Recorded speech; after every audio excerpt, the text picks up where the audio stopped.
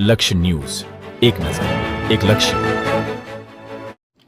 કલોલમાં વધુ એક પોલીસકર્મી પર થયો હુમલો.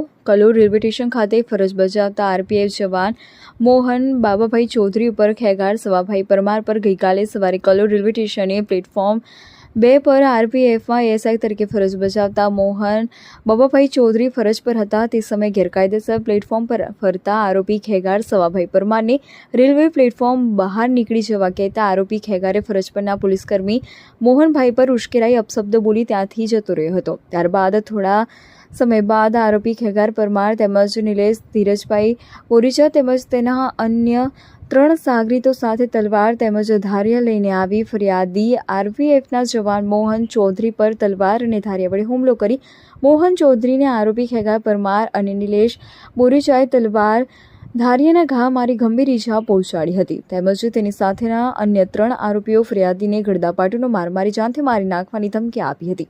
આ ઘટનાની જાણ રેલવે પોલીસ સ્ટાફને થતાં તાત્કાલિક ઘટના સ્થળે દોડી જતા આરોપીઓ ભાગી ગયા હતા.